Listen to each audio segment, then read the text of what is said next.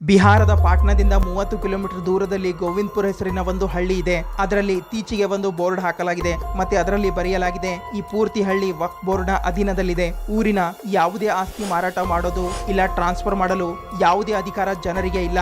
ಒಂದು ಆರ್ಟಿಕಲ್ ಪ್ರಕಾರ ವಕ್ಫ್ ಬೋರ್ಡ್ 30 ದಿನಗಳ ಸಮಯ ಕೊಟ್ಟಿತ್ತು ಆ ಊರನ್ನ ಖಾಲಿ ಮಾಡಿಸಲು. ಅದೇ ತರ ತಮಿಳುನಾಡಿನಲ್ಲಿ 15 ವರ್ಷಗಳ ಹಳೆಯ ಸುಂದರೇಶ್ವರ ದೇವಾಲಯ ಇದೆ, ಅದನ್ನ ವಕ್ಫ್ ಬೋರ್ಡ್ ತಂದು ಅಂತ ಘೋಷಣೆ ಮಾಡಿದೆ. ಅದೇ ತರ ಕರ್ನಾಟಕದಲ್ಲೂ ಅನೇಕ ಆಸ್ತಿ ವಕ್ಫ್ ಬೋರ್ಡ್ ಹೆಸರಿನಲ್ಲಿ ಇದೆ.